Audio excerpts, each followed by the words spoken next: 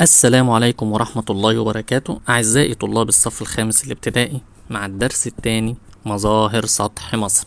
طيب تعالوا نشوف يا جماعة مظاهر سطح مصر يعني إيه؟ يعني جبال، يعني هضاب، يعني أنهار، يعني سهول فيضية، سهول ساحلية، صحاري. طيب تعالوا نشوف هنا كاتب إيه بقى في الوحدات التدريسية. قال لك الوحدات التدريسية في مصر أهم ما يميزها أول حاجة تتميز، قال لك بالتنوع، تنوع مظاهر السطح. قال لك ايه كمان؟ قال لك انها تشكلت عبر العصور المختلفه، يبقى اذا تشكلت في اكتر من عصر مش عصر واحد. قال لك تتميز بطبيعه خلابه ساحره. يعني ايه خلابه ساحره؟ يعني جميله. طيب زي ايه؟ قال لك زي نهر النيل، زي نهر النيل. جميل. ايه كمان؟ قال لك زي السهول الفيضيه. ايه كمان؟ قال لك الصحاري الشاسعه، صحاري شاسعه يعني صحاري واسعه. وجبال شاهقة، شاهقة يعني شديدة الارتفاع. وأيضا سهول ساحلية تتميز بالجمال، جميلة يعني. زي إيه؟ قالك زي البحر المتوسط شمالا، وزي البحر الأحمر شرقا. كمان مرة نعيد الجزء ده تاني عشان مهم. يبقى احنا أول حاجة قلناها الوحدات التضاريسية في مصر بتتميز بإيه زي ما احنا قلنا؟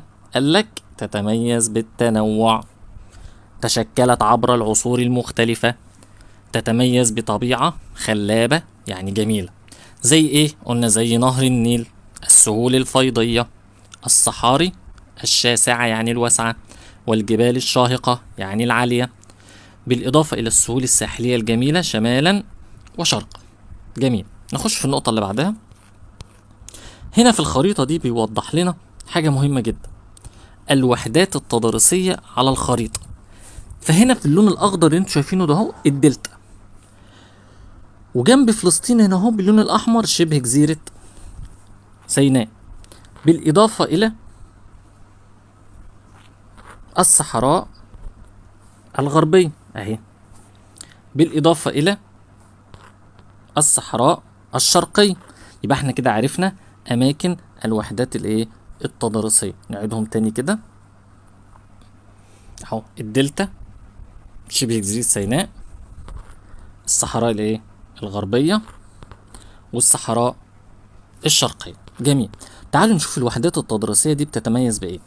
وهنا بيقول لك قيم تتعلمها الأول. بيقول لك المناظر الطبيعية الخلابة، المناظر الطبيعية الخلابة تجذب السياح وتساهم أيضا في تنوع الأنشطة الاقتصادية. يعني إيه؟ يعني لما يكون عندنا أماكن سياحية جميلة ومناظر طبيعية هتجيب السياح، والسياح لما هيجوا هيساعد على تنوع الأنشطة الاقتصادية عندنا في مصر. طيب تعال نشوف بقى تنقسم الوحدات التدريسية إلى كام وحدة. قال لك 4 وحدات تدريسية. كام؟ 4 وحدات تدريسية. رقم واحد قال لك وادي النيل والدلتا ومنخفض الفيوم. تاني حاجة الصحراء الغربية. تالت حاجة الصحراء الشرقية. رابع حاجة شبه جزيرة سيناء. يبقى احنا عندنا كام وحدة تدريسية؟ قلنا عندنا 4 وحدات تدريسية، وادي النيل والدلتا ومنخفض الفيوم، الصحراء الغربية، الصحراء الشرقية، وشبه جزيرة سيناء. طيب تعالوا نشوف بتتميز بإيه أول وحدة تضاريسية عندنا اللي هي وادي النيل والدلتا ومنخفض الفيوم. قال لك أول حاجة بتميزها إنها تربة خصبة. يبقى أول حاجة خصوبة التربة. 2 مياه عذبة. أول ما أسمع على طول تربة خصبة ومياه عذبة أستنتج على طول إن في زراعة. يبقى في إيه؟ زراعة. كمان مرة لما يقول لي عندي تربة خصبة ومياه عذبة استنتج على طول ان في زراعة. طيب حتى هنا بيقول لك ايه؟ ساهمت الزراعة على استقرار المصري القديم حول نهر النيل. طب ايه النتيجة المترتبة على كده؟ قال لك قيام الحضارة المصرية القديمة. يبقى لما يبقى في زراعة بتساعد على ايه؟ على استقرار المصري القديم. طب لما المصري القديم استقر قام بقيام الحضارة الايه؟ المصرية القديمة. والحضارة المصرية القديمة دي تعتبر أقدم الحضارات في العالم. طيب لازم نعرف كمان ان وادي النيل والدلتا ومنخفض الفيوم هو اصغر اقسام سطح مصر. اصغر اقسام ايه؟ سطح مصر، يبقى وادي النيل والدلتا ومنخفض الفيوم لازم نعرف ان تربطهم خصبة ومياه ايه كمان عذبة، اصغر ايه كمان الاقسام، وساعد على قيام الايه الزراعة. نخش على النقطة اللي بعدها، وهنا بيوضح لك توجد الاراضي الزراعية فين. قال لك الاراضي الزراعية موجودة في مصر في 3 اماكن، هي دلتا النيل، منخفض الفيوم، وادي النيل. طب اول حاجة الدلتا دي فين على الخريطة؟ احنا قلنا ايه، ملونينها باللون الاخضر وحطيناها في دايرة حمراء اهو. طيب دلتا النيل عبارة عن ايه؟ قال لك هي ارض خصبة، مين اللي كونها؟ نهر النيل. طيب نتيجة ايه؟ قال لك نتيجة ترسيب الطمي. وقلنا الطمي ده عبارة عن ايه؟ تربة طينية خصبة اهو. ترسيب الطمي عند المصب، المصب اللي هو مين؟ الدلتا، وتأخذ شكل مثلث. لو لاحظنا كده على الخريطة الدلتا فعلا اقرب الى شكل المثلث اللي هم ملونه باللون الاخضر. طب الدلتا دي بتمثل قد ايه؟ قال لك نص مساحة الاراضي الزراعية في مصر. يبقى كام مرة؟ ركزوا كده، دلتا النيل هي ارض خصبة، مين اللي كونها؟ نهر النيل، نتيجة ايه؟ ترسيب الطمي فين؟ عند المصب. طب شكلها عامل ازاي؟ شكل مثلث. طب مساحتها قد ايه؟ نص مساحة الاراضي الزراعية اللي موجودة في مصر. جميل. نخش على النقطة اللي بعدها اللي هي منخفض الفيوم. طب نبص كده، منخفض الفيوم هو اصلا حطه في دايرة حمراء اهو، واحنا هنحطه اهو. منخفض الايه؟ الفيوم. طيب قال لك منخفض الفيوم عبارة عن ايه؟ قال لك بيتميز بوصول مياه نهر النيل والطمي اليه. خلي بالكم، منخفض الفيوم هو المنخفض الوحيد اللي متصل بنهر النيل عن طريق ترعة بحر يوسف، وده خلى منخفض الفيوم أرضه خصبة صالحة للزراعة، ولذلك يعتبر منخفض الفيوم بيئة زراعية رغم وقوعه في الصحراء الغربية. نعيدها تاني، يبقى لما يجي يقول لي ما النتيجة المترتبة على وصول مياه نهر النيل والطامي عن طريق ترعة بحر يوسف إلى منخفض الفيوم، هقول له تعتبر بيئة زراعية رغم وقوعها في الصحراء الغربية. أو العكس، لو قال لي مثلا بما تفسر يعد منخفض الفيوم بيئة زراعية ليه؟ هقول له لأن يصل إليه مياه نهر النيل والطمي عن طريق ترعة بحر يوسف. تمام. نشوف بقى وادي النيل. فين وادي النيل على الخريطة؟ اهوت، ده وادي الايه؟ وادي النيل. طيب بيتميز بايه وادي النيل بقى؟ قال لك هو الاراضي الممتده على جانبي النهر، يعني موجود على جانب النهر ناحيه اليمين وناحيه اليسار، ويمتد من الحدود الجنوبيه حتى مدينه القاهره. يبقى كم مره؟ احنا قلنا وادي الايه؟ النيل ماله؟ يقع على جانبي نهر النيل. طب بيجي منين؟ قال لك من الحدود الجنوبيه بمصر. طب رايح فين؟ قال لك رايح مدينه القاهره. جميل. ندخل على النقطه اللي بعدها. هنا بيتكلم عن الصحراء الغربية. بيتكلم عن الصحراء الغربية. الصحراء الغربية هي أكبر الوحدات التضاريسية. هي أكبر الوحدات الإيه؟ التضاريسية. طيب نركز كده.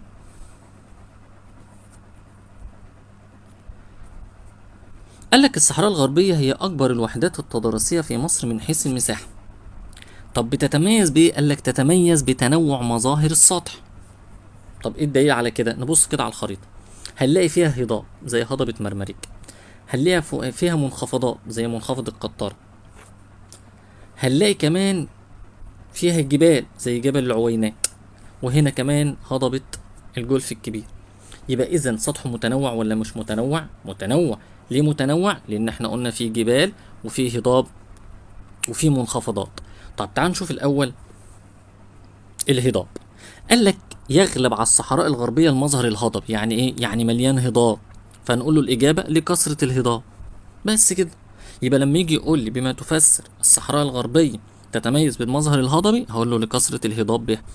طب زي ايه؟ زي هضبة الجولف الكبير. طب الجولف الكبير دي فين؟ في الجنوب. طيب هضبة ايه؟ مرمريك فين؟ قال لك في الشمال الغرب. طب دي كده الهضاب. طب تعال نشوف المنخفضات.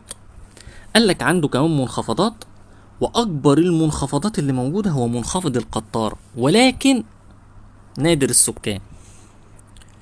طيب هل ده معناه ان في منخفضات تانية فيها سكان؟ اه طبعا. طب ايه المنخفضات اللي فيها سكان؟ المنخفضات اللي تربطها خصبة وفيها مياه عذبة. وهناك منخفضات اخرى مأهولة بالسكان بما تفسر او لوجود المياه الجوفية العذبة والنشاط الزراعي، ومنها واحد سيوة، الداخلة، الخارجة، البحرية، الفرافرة. نعيدها تاني. يبقى هنا بيجي يقول لي اكبر منخفضات موجوده في الصحراء الغربيه او في مصر، هنقول له منخفض القطاره. طيب منخفض القطاره ماله؟ قال لك نادر السكان. طيب في منخفضات اخرى مأهوله بالسكان. طب ليه اشمعنى؟ هنقول له عشان فيها مياه جوفيه عذبه، فيها نشاط زراعي، زي سيوه والداخله والخارجه وبحريه وفرافر. جميل. طب احنا ممكن نقولهم بطريقه تانية، ممكن نقولهم بطريقه تانية. ازاي؟ اهو ممكن نقول داخلة خارجة فرافرة بحرية سيو. احفظها بالطريقة اللي تريحك. طيب تعال نشوف بعد كده الجبال والكثبان الرملية. قال لك الجبال، اشهر الجبال اللي موجودة في الصحراء الغربية هو جبل العوينات، ويقع في الجنوب الغربي على هضبة مرمريك. طيب تاني حاجة الكثبان الرملية زي بحر الرمال العظيم، وده بيقع بين مصر وليبيا، على الحدود بين مصر وليبيا. كمان مرة احنا قلنا دلوقتي اشهر الجبال في الصحراء الغربية هو جبل العوينات. طب مكانه فين؟ قلنا الجنوب الغربي. طب تاني حاجة عندنا الكثبان الرملية زي بحر الرمال العظيم. فواحد يقول لي طب هو بحر ليه وهو رمال؟ لانه رمال ناعمة، فاي تقل بيقع عليها بيغرق في وسط الايه؟ الرمل، عشان كده بيسموه بحر الرمال العظيم. نخش على النقطة اللي بعدها، وهنا بقى بيتكلم عن الصحراء الشرقية. طيب الصحراء الشرقية عبارة عن ايه؟ قال لك صحراء جبلية هضبية. ركزوا، احنا قلنا الصحراء الغربية بيسودها المظهر الهضبي، هنا بقى عندها جبال، اهي صحراء جبلية هضبية. ليه؟ هنقول له بقى لكثرة الجبال والهضاب. تمام كده؟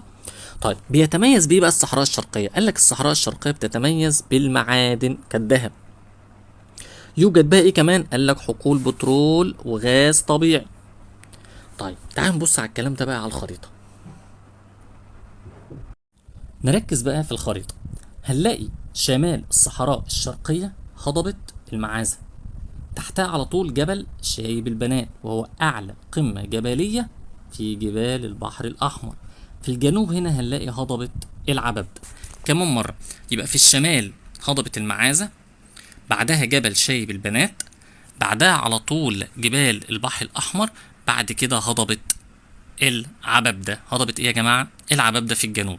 طيب تعال نقرا كده. قال لك الهضاب زي هضبة المعازة في شمالها، وهضبة العبب ده في جنوبها. جميل. تعال نشوف الجبال.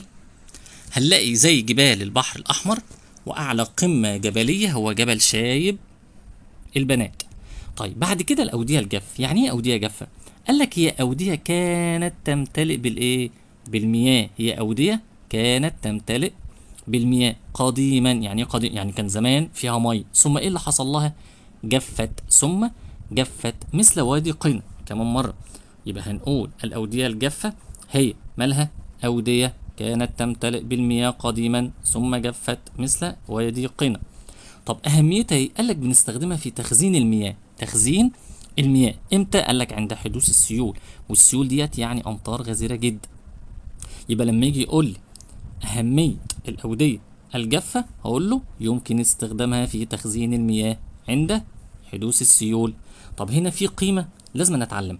بيقول لك ضرورة الحفاظ على الموارد وحسن استثمارها. ليه؟ علشان نراعي حقوق الأجيال القادمة. يبقى لازم نحافظ على المياه علشان الأجيال اللي هتيجي بعدين. جميل. ندخل على النقطة اللي بعدها ومهمة، هي شبه جزيرة سيناء. طيب شبه جزيرة سيناء دي آخر وحدة تضاريسية هنتكلم عنها النهاردة. قالك بتتميز بإيه؟ قالك تتميز بتنوع برضه مظاهر السطح. يبقى شبه جزيرة سيناء تتميز بتنوع مظاهر السطح. زي إيه بقى؟ قالك أول حاجة الجنوب. جنوبها ماله؟ قالك يتميز بالجبال الوعرة. جبال وعرة يعني جبال صعبة ان احنا نتحرك فيها، زي جبل سانت كاترين وجبل موسى. كمان مرة، يبقى دلوقتي الجبال شبه جزيرة سيناء مالها؟ قالك جبال وعرة يعني صعبة، زي جبل سانت كاترين وجبل موسى. طب دوت في جنوب شبه جزيرة سيناء. طب تعال نشوف الوسط. قالك في الوسط بقى عندها هضبة اسمها هضبة التيه. هضبة الايه؟ التيه. والهضبة دي بيقطعها، يعني ايه بيقطعها؟ قالك يعني بيمشي جواها مجموعة من الأودية الجافة، واحنا عرفنا الأودية الجافة كانت أودية فيها مية، ثم ايه اللي حصل لها؟ جفت. زي وادي العريش، زي وادي الايه؟ العريش، وهنبص عليها على الخريطة دلوقتي. طيب احنا كده اتكلمنا على الجنوب والوسط. طب الشمال؟ قالك شمالها فيها جبل اسمه جبل الحلال. جبل الايه؟ جبل الحلال. يبقى يتميز بوجود سهول ساحلية وبعض الجبال مثل جبل الحلال. طب تعالوا نبص على الكلام ده على الخريطة بقى.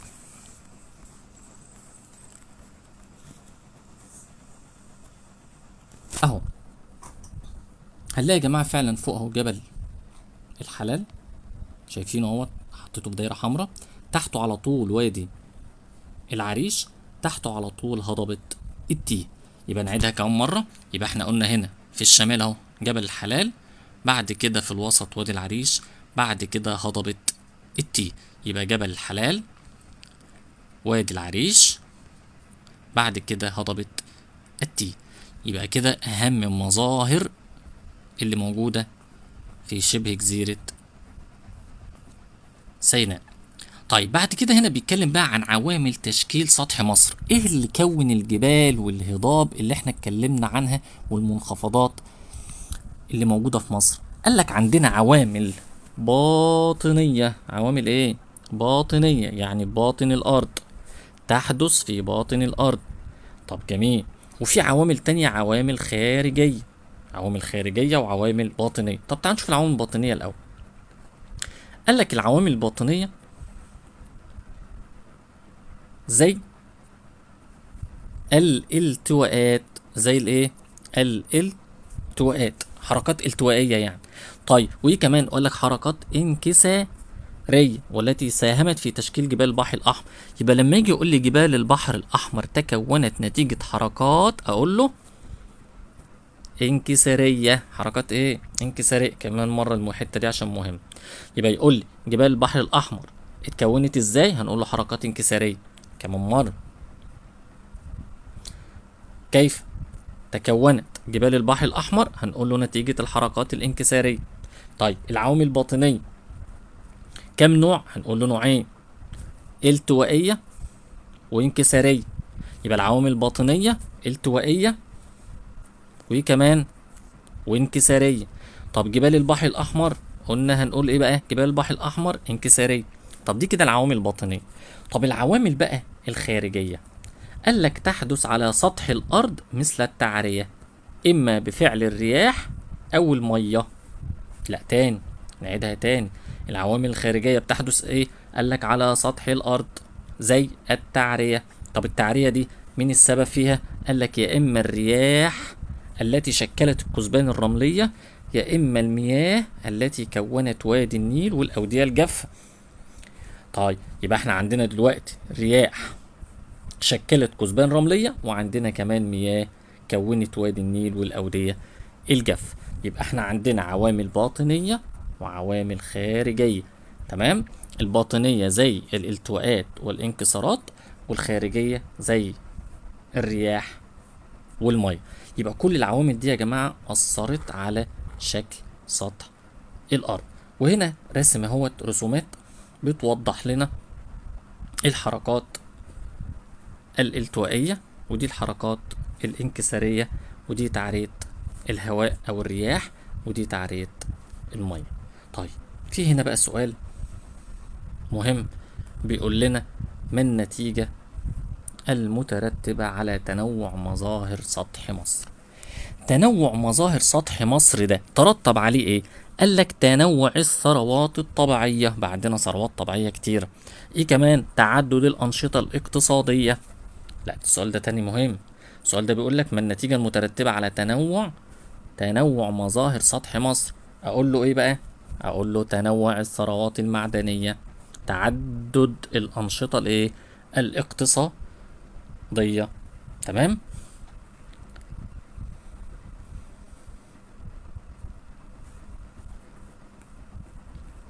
وبكده يا جماعة خلصنا الدرس مع بعض، واشوفكم ان شاء الله الحصة القادمة على الخير، والسلام عليكم ورحمة الله وبركاته.